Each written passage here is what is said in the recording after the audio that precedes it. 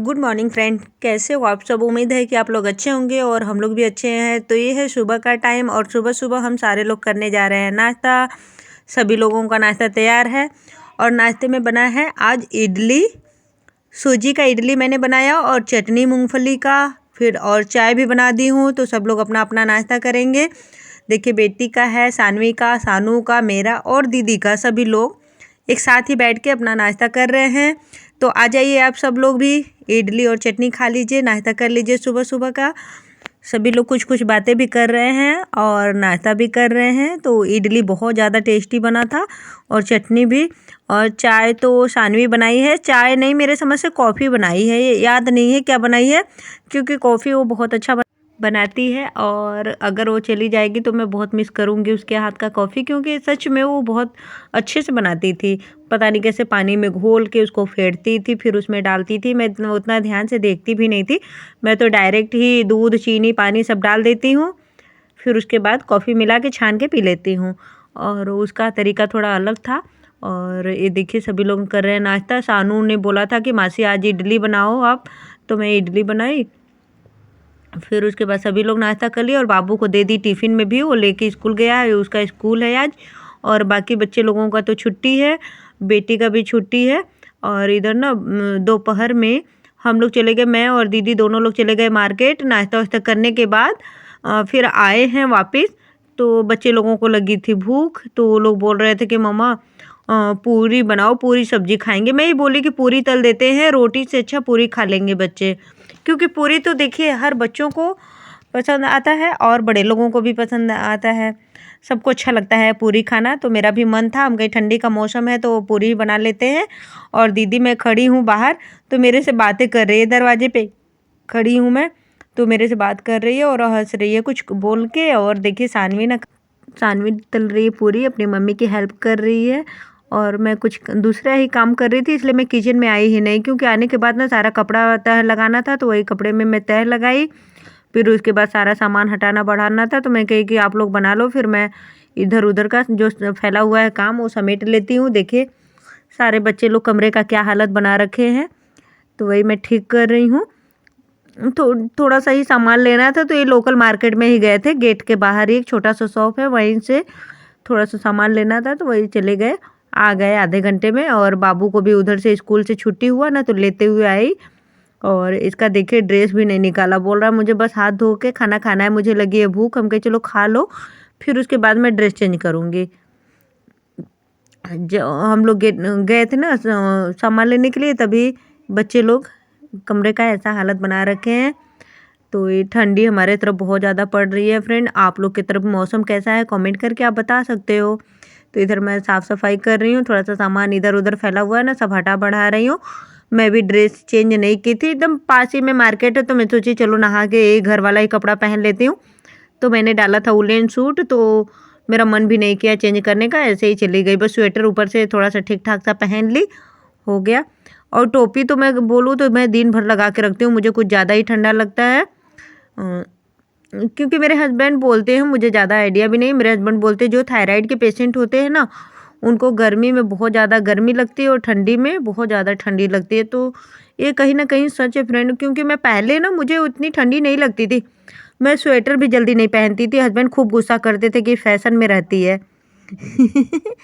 लेकिन मैं पहनती ही नहीं थी, बहुत डांटने पर तो स्वेटर पहन लेती थी। लेकिन अभी तो मैं पूरे दिन पहन के रखती हूँ, क्योंकि मुझे बहुत ज़्यादा ठंडी लगती है, पैर तो एकदम ठंडा रहता है। तो इधर देखिए कोरियर आया ना, तो सानवी बोल रही कि मैं खोल के देखूँ क्या है। मुझे भी कुछ आइडिया नहीं, क्योंकि हस्बैंड ने मुझे बताया भी नहीं कि आज कोरियर आएगा और क्या है। तो वही खोल करके देख रहे हैं, दोनों लोग अपना अपना दिमाग लगा रहे हैं। देखिए कैसे खोल रही है, बेटी बोली कि ऐसे खोलो दीदी, तो वही बता रही है। देखिए इसमें से निकला इजी, एक पैकेट और मंगवाए हैं, दूसरा पैकेट है। क्योंकि ठंडी में ना बहुत ज़्यादा इजी लगता है। मैं ना मशीन में भी डाल के इजी ही धोती हूँ।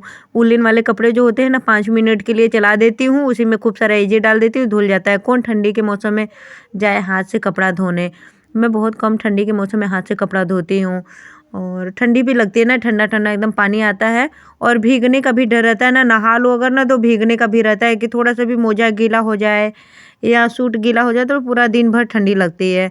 इसलिए मैं ना पानी से बहुत बचती हूँ कपड़े उपड़े धोने से। तो इधर मेरा कपड़ा धुल गया है और मैं कर रही हूँ ड्रायर करके फैला दूँगी। और टाइम मैं बोलूँ तो शाम का टाइम है, 6 बजे के लगभग का टाइम हो रहा है। क्योंकि दिन में मैं वही बोल रही हूँ ना कि दीदी के साथ चली गई मार्केट, तो दिन में कपड़े ही नहीं धो पाई। और ये मशीन ना मुझे तंग कर रहा है। देखिए एक बार लगाई, 2 बार लगाई, ड्रायर ही नहीं हो रहा है। तो ये दीदी आ गई देखने के लिए कि देखूं क्या दिक्कत है कि क्या कर रही है ये। तो ये मैं बताई कि ड्रायर कर रही हूँ लेकिन हो ही नहीं रहा है। और आलू उबाली हैं दीदी तो उसको जा रही है छीलने। आज बनेगा बर्गर। तो आज है दीदी का मेरे घर में आखिरी दिन। मतलब आज की रात भर मेरे घर में रहेंगी, फिर उसके बाद सुबह सुबह उनको निकल जाना है। आज की रात मेरे घर में है इनका, फिर सुबह तो अपना निकल जाएंगे 7 बजे। इनको हम लोग जाएंगे छोड़ आएंगे बस स्टॉप पे, बस में बिठा देंगे। फिर उसके बाद आज बन रहा है बर्गर। सानू बोला कि मासी आज बर्गर बन रहा है। हम कहे चलो कल तो जाना ही है तो थोड़ा सा कुछ अच्छा बना लेते हैं, बच्चों का फेवरेट। तो दीदी ना आलू छील के उसको कह रही थी कि मैश कर दो। हम कहे हाँ छील के मैश कर दो आप, फिर मैं उसके बाद भून उन के बनाऊँगी। और मैं अपना कपड़े धो रही हूँ, धोने का काम कर रही थी, वही धो ली हूँ, बस ड्रायर करके फैला दूँगी। और इधर ये लोग अपना आलू छील रही हैं। क्योंकि आलू ज़्यादा ही मैंने उबालने को बोला दीदी से, 2 कुकर में उबला है आलू। थोड़ा सा पूरा कुकर भरा हुआ था, फिर आधा कुकर और उबलवाई हूँ। क्योंकि कल ना दीदी को सुबह में जाना है तो मैं बोली कि आलू का पराठा बन जाएगा, फिर उसके बाद लेके आप टिफ़िन में चले जाना, बस में अपना बैठ के खा लेना लोग। क्योंकि सुबह सुबह तो खाया नहीं जाएगा, इसलिए ज़्यादा ही आलू उबाल के भून उन के रख दूँगी, बस बनाना रहेगा। तो इधर देखिए दीदी कुछ कुछ बातें कर रही है। अब आपस में ये लोग अपना बातें कर रहे हैं। तो अभी ना देखिए बर्गर बन रहा है और दोनों बहनें मिलकर अपना काम में लगे पड़े हैं। और आप सब लोग भी आ जाइए बर्गर खाने, बर्गर की दावत है हमारे घर में, तो आप लोग भी आ सकते हो फ्रेंड। मेरा तो ऑल टाइम फेवरेट है, मुझे सच में बहुत ज़्यादा अच्छा लगता है, पता नहीं क्यों बर्गर मुझे बहुत पसंद है। बर्गर हो गया, सैंडविच, पिज़्ज़ा अच्छा लगता है पर उतना ज़्यादा अच्छा नहीं लगता है जितना अच्छा मुझे बर्गर लगता है। तो ये देखिए कुछ कुछ बोल के हंस रही है और हम लोग कर रहे हैं तैयारी। तो इधर पत्ता गोभी कट कर ली हूँ, प्याज टमाटर तो दीदी ने ही काटा और पत्ता गोभी मैं काटी हूँ। तो आलू मैश कर दिए, तो अब आलू मैं भून के बनाती हूँ टिक्की। तो अभी आलू को भूनूंगी। बोल रही थी कि तुम्हारा चाकू इतना बेकार है कि करता ही नहीं है, मोटा मोटा करता है। तो मैं हंसने लगी। फिर उसको ना जो ये शेल्फ है उसी पे ऐसे ऐसे कर देती हूँ, जैसे चाकू को करते हैं ना तेज धार बनाने के लिए, तो वैसे ही मैं कर लेती हूँ। तो वही मैं बता रही थी कि ऐसे ही करती हूँ। तो करे कि हाँ ख़राब कर दो इसको। हम कहे नहीं नहीं ख़राब होगा। मैं वो कुछ कुछ ऐसे ही बोलती रहती है, करें ये सरकारी घर है ना तो तुम ख़राब कर दोगे इसको। हम कहे नहीं, इस चाकू से ऐसे करने से थोड़ी ख़राब हो जाएगा। तो ये सब आपस में बात कर रहे हैं। और देखिए सानवी आई थी देखने के लिए कि देखूं अभी कितना टाइम है। बच्चों का होता है ना कि बहुत एक्साइटेड होते हैं अगर ऐसा कुछ खाना बनने, जैसे मैगी हो गया, सैंडविच, बर्गर, पिज़्ज़ा, ये सब जैसे कुछ भी बच्चों का फेवरेट बनाओ, समोसा वगैरह ना, तो वो बड़े एक्साइटेड होते हैं खाने के लिए। तो बोल रहे थे मासी अभी कितना टाइम है। हम कहें कि अभी थोड़ा टाइम तो लगेगा ही बनाने में। सभी लोग दोपहर में ही खाना खाए थे, वही पूरी सब्जी। तो इन लोग को लग गई है भूख, तो अभी शाम को ना कुछ बना भी नहीं। और मैं और दीदी दोनों लोग सिर्फ चाय पी लिए, बाकी बच्चे लोगों का तो कुछ खाना पीना हुआ ही नहीं है। दोपहर से ही अभी ऐसे ही हैं, तो उन लोगों को लग गई है भूख, तो बार बार पूछ रहे हैं। और दूध पूछी ना तो कोई नहीं पिया, किसी को नहीं पीना था, तो भूख तो लगेगी ही। तो अभी इंतज़ार कर रहे हैं लोग। हम कहें चलो इंतज़ार करो, बनेगा, अभी आधे घंटे का टाइम है। तो देखिए अभी एक बाबू आ गया पूछने के लिए। अभी देखते जाइए कौन कौन आता है पूछने। अगर घर में कोई आता है, मेहमान हो चाहे अपने घर के लोग हों, कितनी रौनक आ जाती है ना। वैसे ही है, दीदी 3-4 दिन से आई हुई है ना, तो मुझे बहुत ज़्यादा अच्छा लग रहा है। नहीं तो हमेशा मैं अकेले ही रहती हूँ, अपना अकेले काम करना, बच्चों के साथ रहना, हस्बैंड, हम 4 लोग अपना रहते हैं। हस्बैंड तो चले जाते हैं ड्यूटी, छुट्टी वाले दिन रहते हैं, और बच्चे लोग स्कूल चले जाते हैं, तो मैं ही अकेले रहती हूँ। अभी तो दीदी आई है ना, तो सच में मुझे बहुत ज़्यादा अच्छा लग रहा है। क्योंकि शादी के बाद, मैं बोलूँ तो शादी के बाद से ना अब तक मेरे मम्मी पापा मेरे यहाँ पे इलाहाबाद, पहले शुरू शुरू में मैं शादी करके आई तो इलाहाबाद में ही रहती थी, तो वहाँ पे एक बार आए थे, फिर उसके बाद मैं बनारस में भी 2 साल के लगभग रही, तो वहाँ पे बस 1-2 दिन के लिए आए थे, बाकी कोई जल्दी नहीं आता है।